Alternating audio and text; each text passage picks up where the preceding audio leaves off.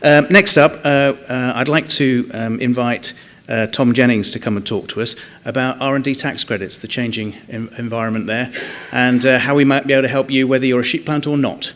If you're an SPA member, you do have this at your disposal. So thank you, Tom.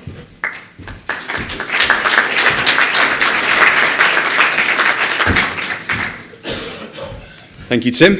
Hello, everyone. For those of you I haven't yet met, my name's Tom, and I work with Kene Partners. We're an R&D tax consultancy, and if there's anyone in the room currently not familiar with R&D tax credits, it's a government incentive, and it's designed to promote innovation in the UK. So ultimately, if you're designing a new product, process, system, or device, then there's a good chance you'll qualify. Now, at the most recent SBA conference, I gave an update on how HMRC were clamping down on fraudulent claims. Since then, and in the autumn statement, they've set out their proposed changes. I'll be running through them, and ultimately what we can do to ensure we're maximising our claims, but also, and probably more importantly, ensuring we're de-risking them as much as possible. So, starting on a positive note, HMRC have actually looked to expand the qualifying expenditure. We're now going to be able to include data licenses, cloud services, and pure mathematics. The SME rate will unfortunately decrease from 14.5 to 10%. But it hasn't been all doom and gloom. The RDEC scheme, which is typically for large companies of over 500 employees, will increase from 13 to 20%. So as I mentioned, what are some of the red flags for HMRC when they're looking to launch an inquiry?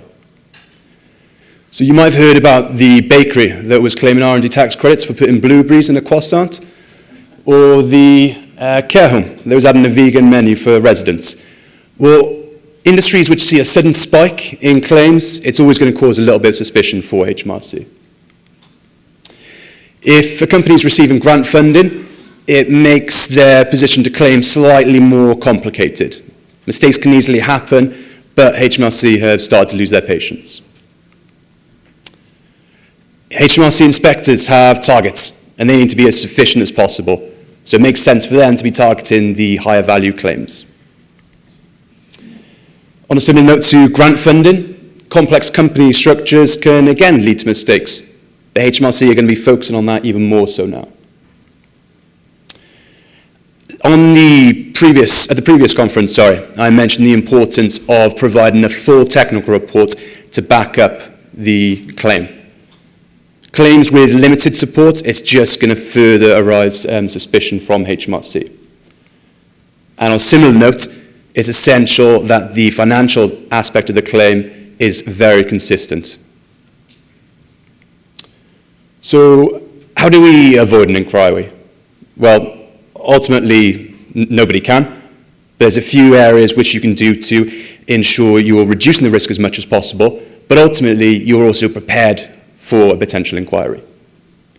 So when your R&D project manager visits your premises for an in-depth technical discussion, the ultimate goal is to ungather as much technical information as possible to use in your report. It's also ensure that your project manager is guiding you through the financial aspect of the claim. Yes, we want to cast the net as wide as possible, but we must ensure we're only including costs which we can fairly justify.